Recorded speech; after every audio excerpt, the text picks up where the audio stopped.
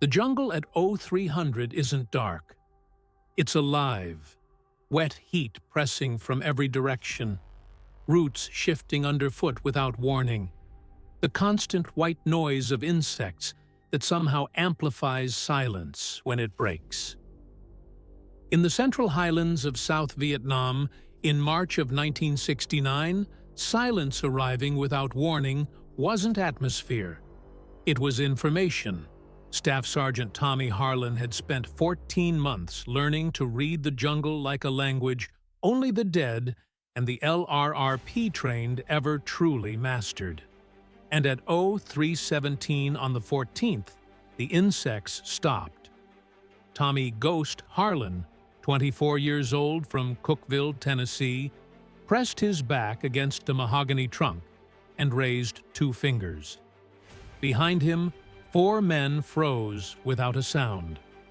Corporal Denny Kowalski from Detroit, 21, point man, car 15 already up. PFC Marcus Webb from Selma, Alabama, 20, one hand on the radio handset he couldn't key. Specialist Roy Tafoya from Albuquerque, 22, medic, watching Harlan's hands instead of the tree line. They were 6 days into a 7-day deep reconnaissance, 3 kilometers beyond any friendly position, with 1 exfil window remaining. And something had just moved in the elephant grass 40 meters north. Harlan's father's compass, brass, cracked along the face, carried since Fort Bragg, sat against his chest in his left breast pocket. He'd felt it every hour of those 6 days. He hadn't felt, until 30 seconds ago, the certainty that the jungle was studying them back. What you're about to hear isn't in any official after-action report. The Long Range Reconnaissance Patrols operated in the spaces between documented history. 5 men, sometimes fewer, moving deep into enemy-controlled terrain for days at a time with no armor, no immediate artillery, and no guarantee that anyone would know where to search if things went wrong. This channel exists because those spaces matter, because the men who filled them deserve to have their stories told with the accuracy and respect they earned in jungles and rice paddies that most Americans never had to consider. If that's why you're here, subscribe now. These stories need an audience that refuses to let them disappear. Tommy Harlan hadn't planned on the Army. He'd planned on his father's hardware store in Cookeville, planned on marrying the girl who worked the register at the feed supply 2 blocks over, planned on a life that looked exactly like the one he'd grown up watching. Then his older brother David came home from his first tour in 1966, sat at the kitchen table for 6 months without speaking more than a dozen words to anyone. And Tommy understood something that no recruiter poster ever told him. Sometimes you go so that someone you love doesn't have to go back. He enlisted in the spring of 1967. His father pressed the brass compass into his hand at the bus station and told him it had kept his grandfather oriented through the Ardennes. "Bring it home," he said. What he meant was, come home. Tommy knew the difference. 14 months in country had made him something his father's hardware store never could have produced. A man who could move through primary jungle at night without breaking a single branch. His call sign, Ghost, wasn't irony. It was assessment.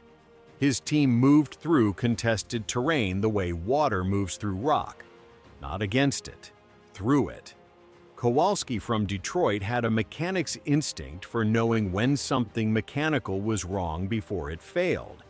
He applied that same instinct to ambush detection, reading subtle wrongness in the environment before his conscious mind could name it.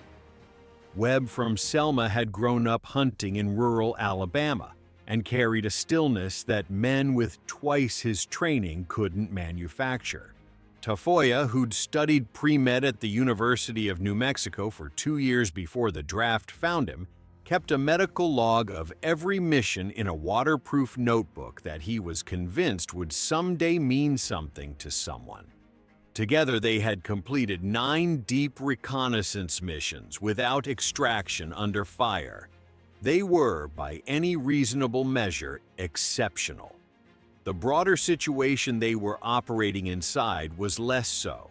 By March of 1969, the Tet Offensive of the previous year had shattered American public confidence in the war's trajectory, and MACV was under increasing pressure to demonstrate intelligence value from unconventional operations.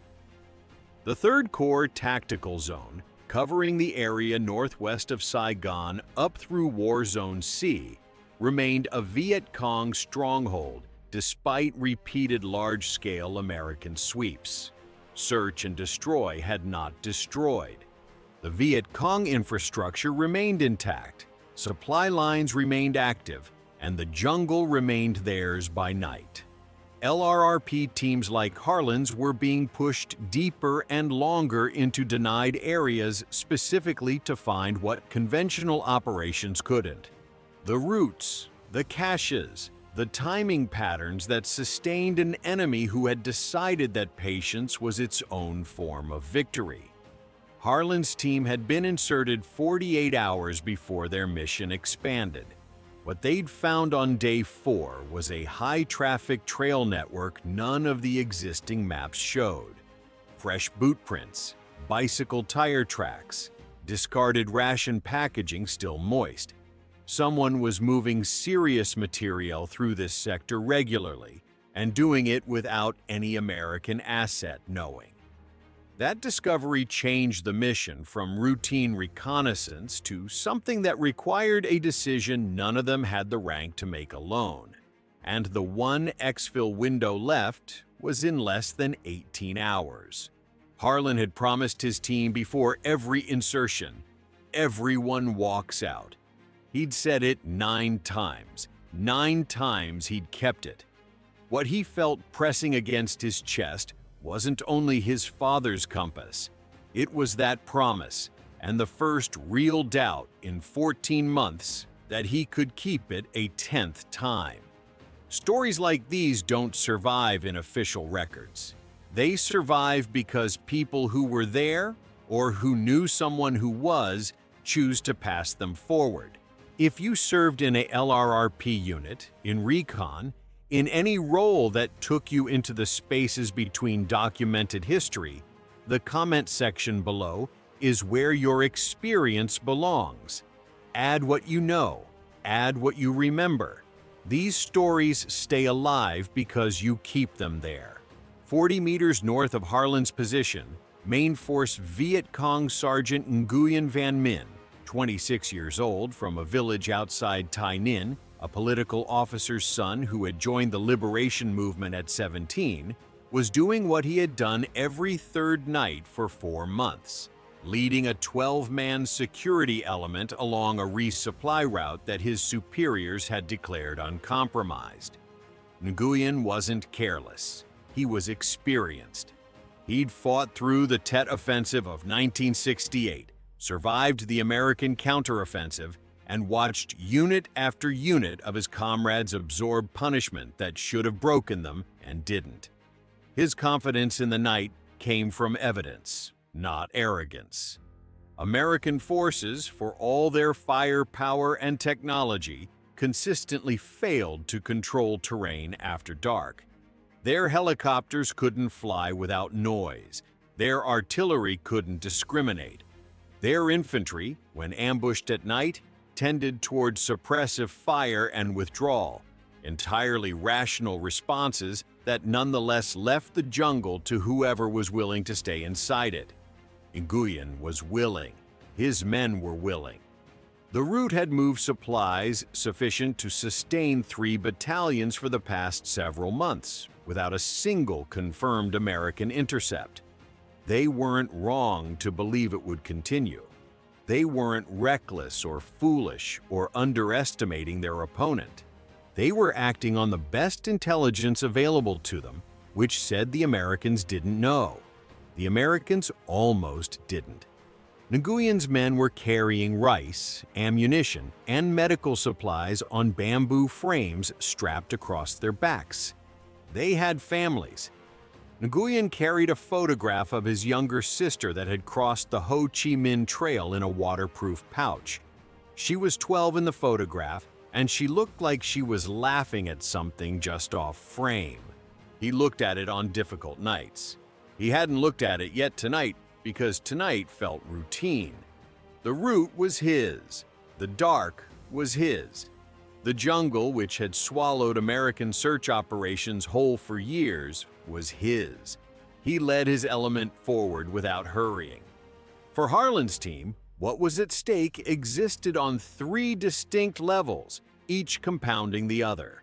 At the personal level, 5 men were in a position where standard exfil protocol, move to extraction point, maintain radio silence, get out, remained viable if they moved in the next few hours. At the tactical level, the trail network they'd mapped in the past 48 hours represented intelligence that MACV had been attempting to develop for months. Reporting it meant compromising their position to key the radio, potentially collapsing the exfil window entirely.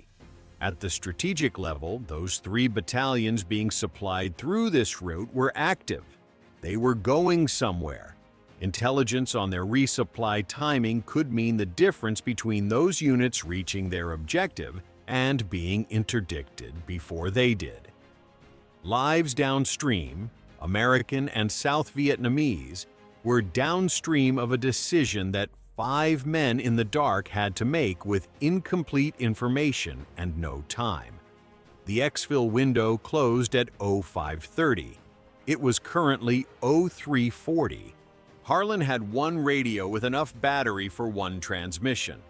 He had 4 men whose survival was his direct responsibility. He had a map overlay showing a trail network that someone at brigade level needed to see. He could not do all 3 things. He had to choose which one mattered most, and choose now, in the dark, with 12 armed men 40 meters away and closing. If you've stayed this far, you already understand something about military history that most people miss. The human cost of these decisions doesn't appear in the tactical summaries. It lives in the men who made the calls, and in the men who lived and died because of them. Subscribe now and join the community that takes that seriously. And hit the like button. It tells YouTube these stories are worth recommending. Because they are. The first sense that registered was touch. Not the compass this time, the bark of the mahogany trunk against his shoulder blades, rough enough that he could feel individual ridges through his jungle fatigues. That specific, granular contact with something solid and rooted was the only anchor Harlan had when the element moved into his sight line. Not 1 man, not 2, but at least 8, moving in a disciplined, staggered column with the easy silence of people who had been doing this for years. His right hand found Kowalski's forearm in the dark without looking and squeezed twice. "Don't move." His left hand found the selector on his Car 15 and confirmed by touch alone that it was already off safe. He'd done that the moment the insect stopped. He hadn't noticed doing it. That was 14 months of surviving. The second sense was hearing, not the movement of the Viet Cong element. They were nearly silent, which was itself the intelligence. What Harlan heard was his own pulse, faster than he wanted it, and under that, the breathing of 4 men who were controlling themselves the way he'd trained them to, slowing their respiration in a threat environment so that their diaphragms wouldn't shake the brush. What he also heard was a word spoken softly in Vietnamese from the column's rear, a correction, probably, or a direction, and the complete absence of any response. Discipline. These weren't irregulars. These were main force, moving with the proficiency of soldiers who'd been doing it since before some of Harlan's team had finished high school. The third sense was vision. There was almost no light. A quarter moon sat behind cloud cover, and the jungle canopy filtered what reached the ground into near total dark.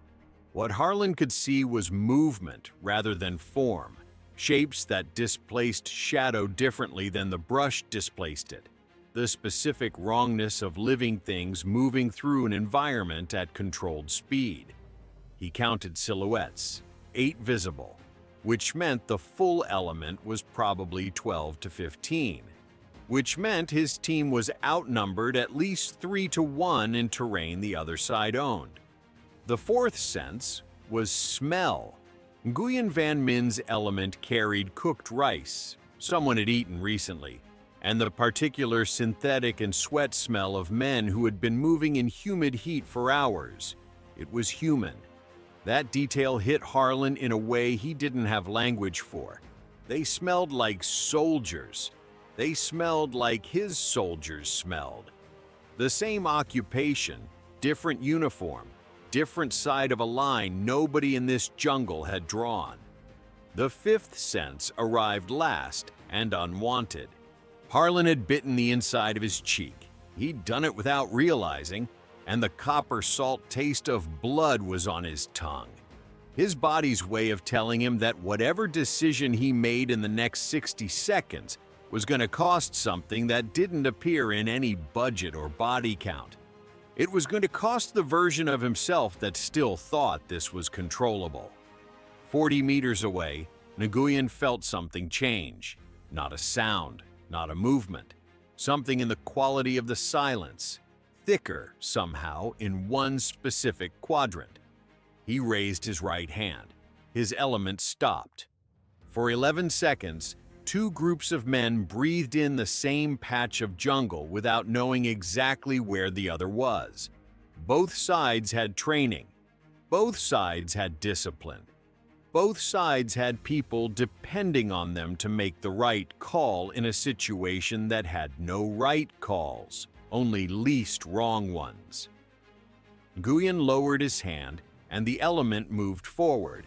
The route was his. He believed that completely. He was almost correct. What broke the stillness was Kowalski. Not by mistake, Kowalski didn't make that kind of mistake, but because the man directly behind the point element stepped 6 inches to the left of the established trail to avoid a route and came to within 4 meters of Webb's position.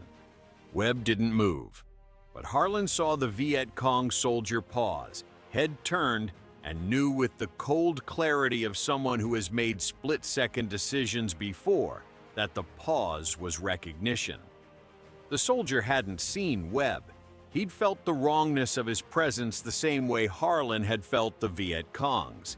2 soldiers, opposite sides, both reading the same jungle. One of them was going to have to act first. Harlan acted first, not with his weapon. With his hand, a single sharp downward gesture to Webb and Tafoya, down, flat now, and simultaneously keyed his radio twice without transmitting. A prearranged signal to the firebase that meant compromised, abort exfil, stand by. The exfil window he'd been protecting for 6 days collapsed in the 2 seconds it took to key a radio. He'd just made the first of 2 decisions that night.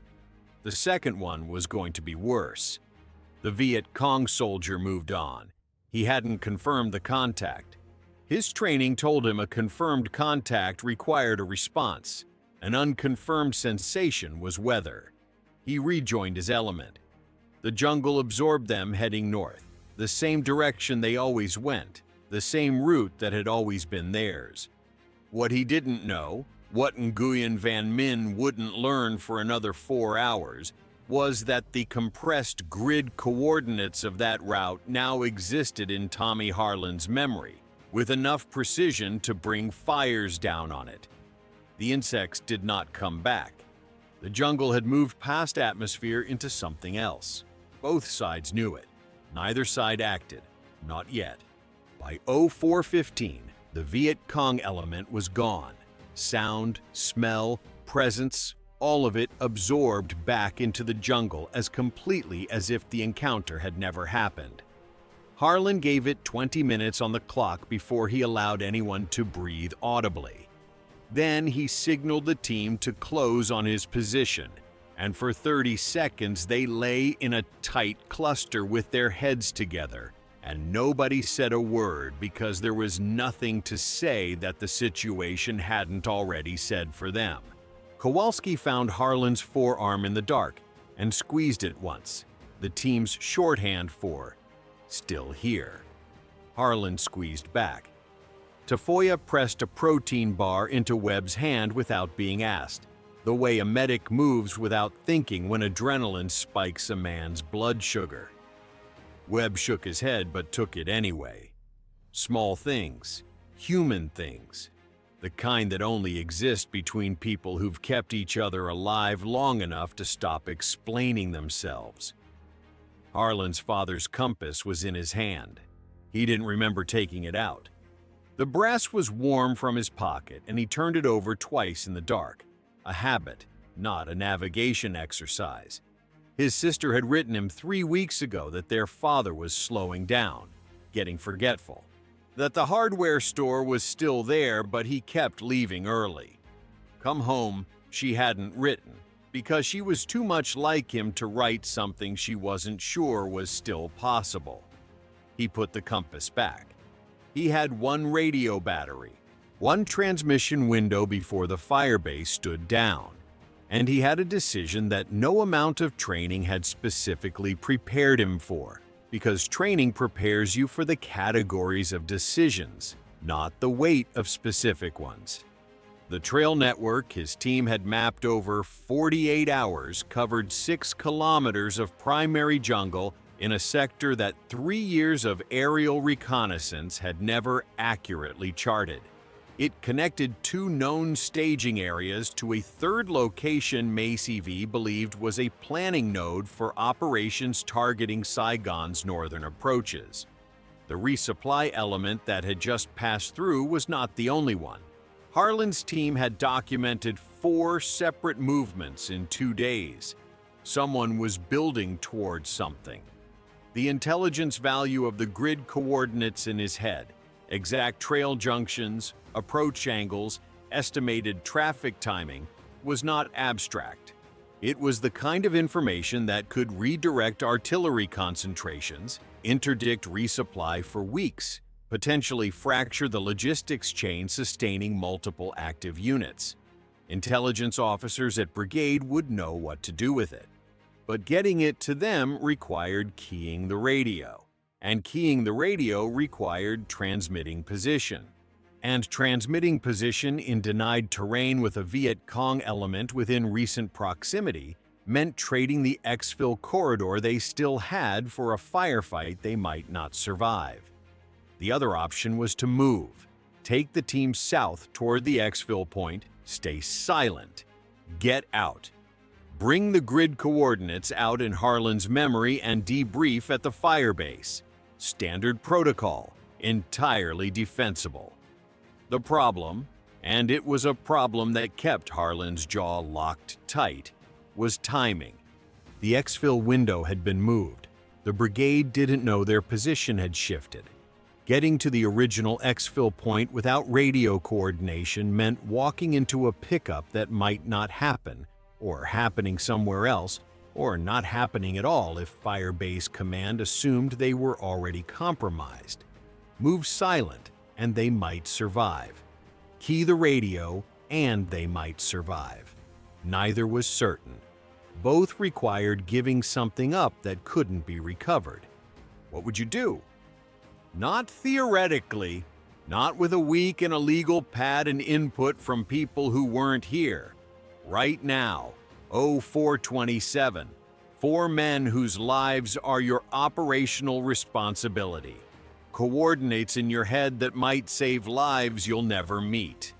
1 radio with 1 battery, jungle on all sides. A Viet Cong element that may have registered your presence and may currently be setting up to circle back. You have 5 minutes before the transmission window closes permanently. What do you do? What do you actually do with mud on your hands and a compass your father gave you, and a promise you've kept 9 times. Harlan keyed the radio. 1 transmission, 11 seconds, compressed coordinates, and a 6-word authentication code that confirmed the information was real. Then he pulled the battery and pocketed it. The transmission was done. The position was burned. Whatever came next was coming. Tafoya touched his shoulder. Not a question. An acknowledgement. Harlan didn't look at him. He was already moving his eyes across the 4 quadrants of their position, north, east, south, west, calculating angles, estimating response times, building the geometry of a firefight in terrain he'd been studying for 6 days. The promise he'd made before every insertion, everyone walks out, sat in his chest alongside the compass, alongside the sister's letter, alongside the certainty that he had just made the right call for the wrong reason, or the wrong call for the right one. In combat, there is often no way to know which, not while it's happening. The firebase acknowledged the transmission 11 minutes later. The coordinates were received. 3 hours after that, fires would walk across that trail network in a systematic pattern. Harlan wouldn't know that until he was back inside the wire, if he got back inside the wire. Right now, he had 4 men, a compromised position, and a jungle that had stopped pretending it wasn't watching. His team had trusted him 9 times. He looked at their faces, the 3 faces he could barely see, and what he saw was not fear. It was readiness. That was the thing about LRRP teams that no tactical manual captured. By the time you're deep enough in to make a decision like this one, you're not a team anymore in the organizational sense. You're something older than that. Something the jungle, in its own hostile way, understood better than headquarters ever would. The contact came at 0511, not from the Viet Cong element they'd seen, from a second one, a separate security patrol, smaller, 4 men moving perpendicular to the first. They came from the east, which was the direction Harlan had been watching least, and they came fast. Not the controlled pace of the resupply escort, but the aggressive movement of a patrol that had already been alerted. Someone had radioed ahead. The soldier who'd paused beside Webb's position had reported the anomaly after all, and this was the response. A 4-man sweep element tasked to confirm or clear. Harlan had 30 seconds. He used 28 of them to position his team. Kowalski went left, low, behind a teak root system that would stop small arms at close range. Webb and Tafoya went right, offset, with Webb's radio now back in hand. Not to transmit, but because if this went bad, someone needed to call it. Harlan himself stayed center, on the line of approach, because the team leader goes where the geometry requires and not where comfort suggests. He had 5 magazines and a suppressed sidearm, and the absolute conviction, developed over 14 months, that the difference between a firefight survived and a firefight lost is almost never firepower. It's geometry and timing, and the willingness to make a decision when indecision costs more than the wrong choice does. The 4-man Viet Cong patrol moved into the gap between Harlan's position and where Webb was dug in. They were looking for footprints. They found none because LRRP doctrine required moving on roots and leaves rather than soil wherever possible. They were good soldiers doing systematic work in terrain they owned. Under different circumstances, no operational stakes, no lives downstream, no 11-second radio transmission already en route to brigade, Harlan would have let them pass. But the transmission had been made. The firebase now knew they were operational at this grid, which meant that in approximately 40 minutes, a reaction force would be moving toward their position, which meant the patrol currently quartering the jungle between them and their revised exfil point was going to be on the same ground at the same time as that reaction force. And the geometry of that collision was going to kill people on multiple sides unless someone moved the patrol out of it first. It wasn't about firepower. It was about refusing to accept a set of circumstances that geometry said were fixed. Harlan and his team were, by every rational calculation, at a disadvantage, outnumbered, deep in denied terrain, with a compromised position and a single exfil option. What they had instead of those things was information, complete, precise, 6-day accumulated knowledge of every approach angle, every route system, every drainage channel in a 300-meter radius. They knew the ground in the dark the way Nguyen Van Minh knew it in daylight. And knowledge of ground, in close terrain, neutralizes the arithmetic of numbers. Kowalski moved first, not to engage, to displace. He created sound to the northeast, a controlled brush disturbance, the specific quality of large animal movement. The patrol's lead element reoriented. Tafoya simultaneously moved south, adding to the signature. Something large, something directional, something moving away. The patrol's training responded to that stimulus the way it was supposed to. They began to follow the noise, rotating their axis of movement away from Harlan's actual position and toward the false signature. It was 22 seconds of coordinated deception executed in total darkness by men who trusted each other's timing so completely they didn't need signals. The 4-man patrol moved northeast. Harlan's team moved south. For 40 meters, both groups moved simultaneously through the same jungle with 30 meters of canopy between them, each convinced they were tracking something the other couldn't see. Then the patrol disappeared into the secondary growth toward the elephant grass, and Harlan's team reached the drainage channel that ran south toward the revised exfil corridor and began moving at pace. On the firebase at 0549, the Fire Mission Coordinator confirmed Harlan's grid coordinates were valid and initiated the interdiction sequence. 40mm rounds began walking across the trail network in a timed pattern calculated to catch resupply movement at the 4 junctions Harlan had identified. Nguyen Van Minh, who had reached a cache point 3 kilometers north and was overseeing the unloading of his element supply frames, heard the rounds impacting to his south and understood immediately what had happened. The route had been compromised. The route he'd believed was undetected for 4 months had been mapped by someone who'd been in the jungle with him, invisible, patient, doing exactly what his own soldiers did, reading the terrain, counting the footprints, building a picture in the dark. He gave the order to scatter. His men moved. Most of them made it. What the fires hit was not men. It was the infrastructure, the cache points, the trail junctions, the specific choke points that made the route viable. 3 of 4 junctions were destroyed. The 4th would be repaired within 2 weeks, because the Viet Cong logistics system was designed for resilience in exactly this way. But 3 battalions lost their resupply timing by 11 days, and the operation those battalions were building toward was delayed long enough that American and South Vietnamese forces repositioned to meet it from a different angle.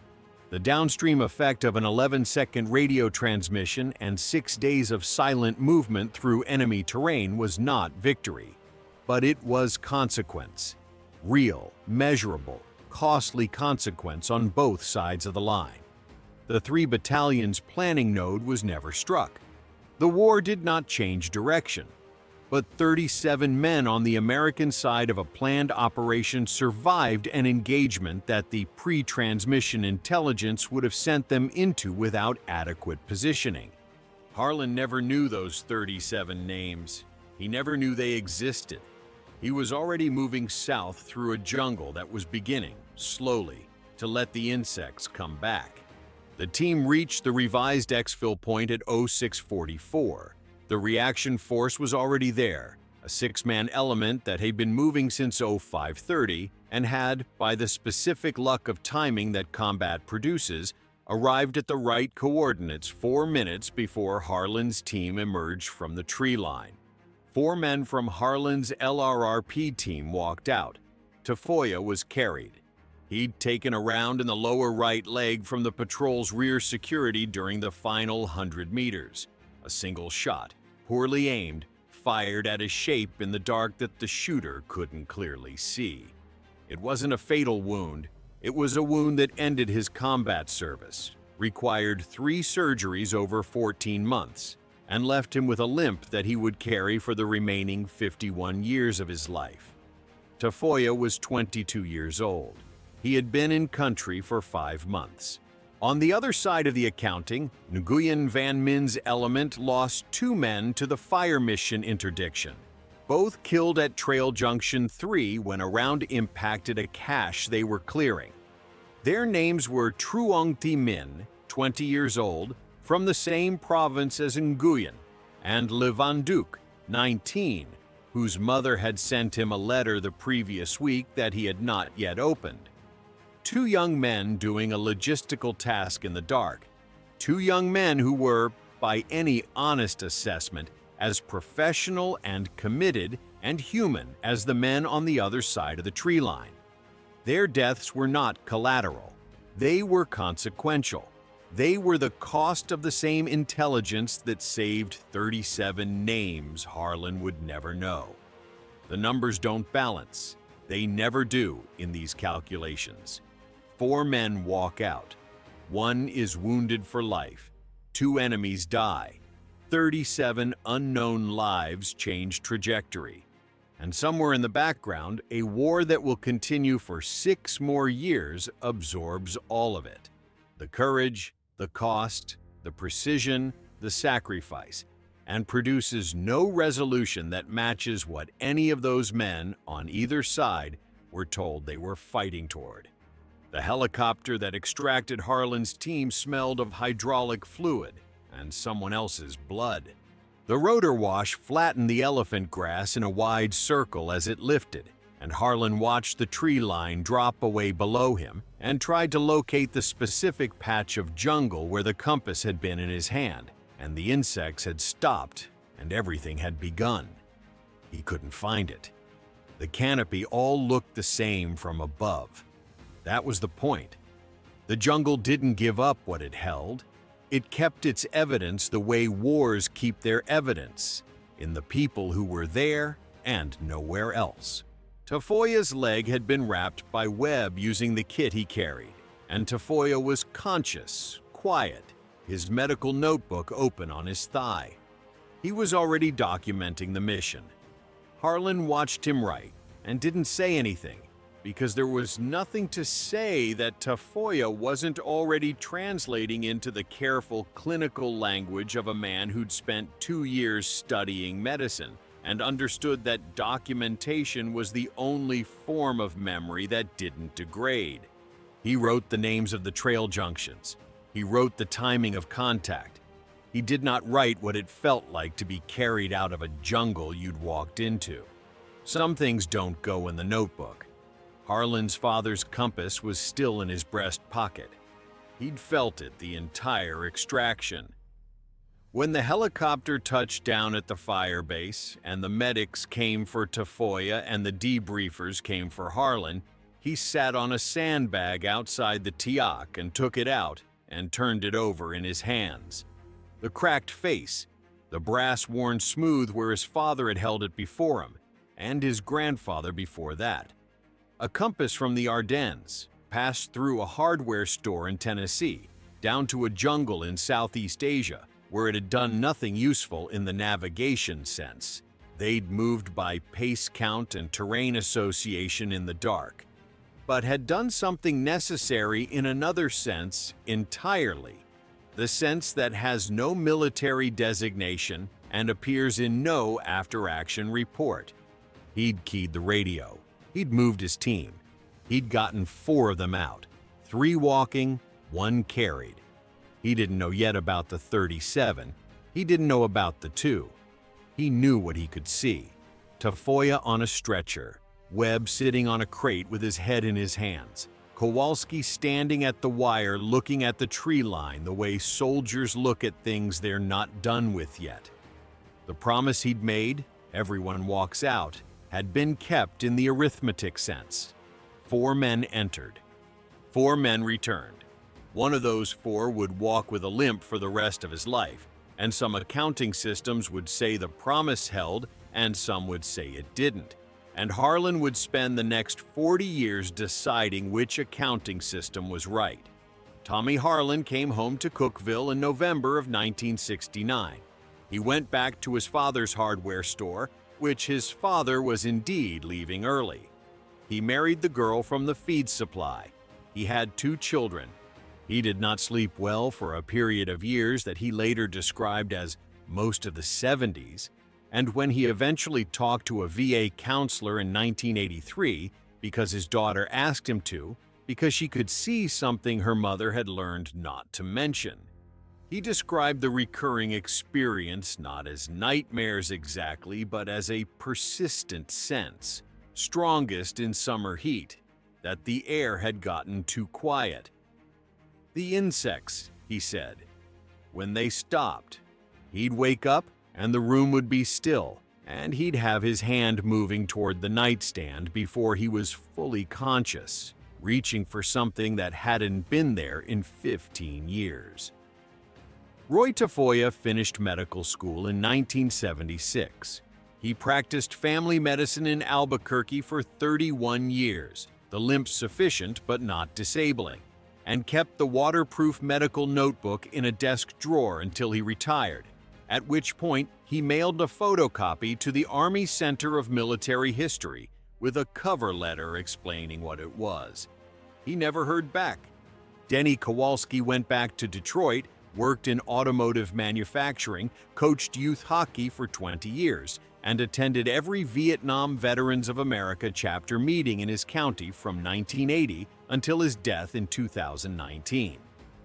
Marcus Webb returned to Selma, became a high school history teacher, and for 30 years included 1 week of his curriculum on the Vietnam War that his students consistently described as unlike any other week of school they'd had. None of them talked about the mission in any public way until the early 2000s, when a military historian researching LRRP operations in 3rd Corps tracked down Harlan through the VVA. Harlan agreed to a recorded interview. Partway through it, the historian asked him whether he thought the intelligence his team had produced had made a difference. Harlan was quiet for a long time. Then he said, "The men made a difference. Whether the war did, that's a different question. He served honorably. His team served honorably. The men on the other side of that trail network, Nguyen Van Minh, Truong Thi Minh, Le Van Duc, and the others who carried rice and ammunition and letters from home through a jungle they believed was theirs, they served honorably too. They were all young. They were all frightened in ways their training helped them manage but could not eliminate. They were all doing what they had been sent to do by people with more authority and less exposure to consequence.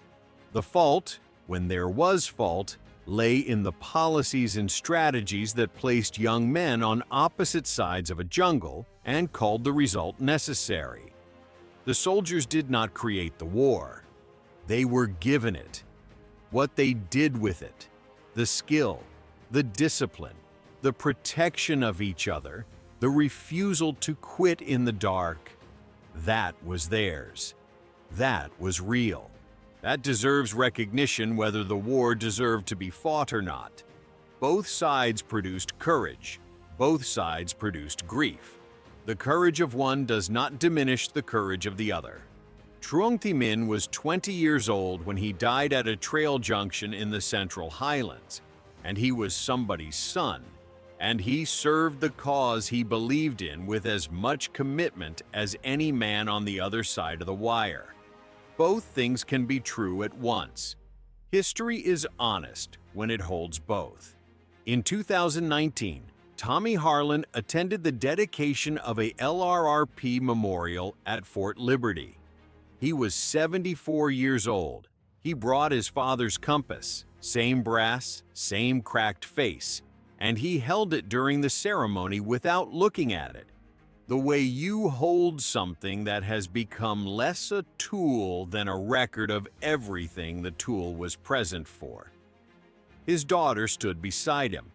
After the ceremony, she asked him what he was thinking about. He said, "The insects, when they finally came back." That story belongs to all of them. The ones who walked out, the ones who didn't, the ones who came home and carried it without anyone asking. If you served or knew someone who served, their sacrifice was real. Their courage was real. Subscribe and join those who refuse to let these experiences become footnotes. Share this if you believe these stories matter. And remember, honor the warriors, question the wars,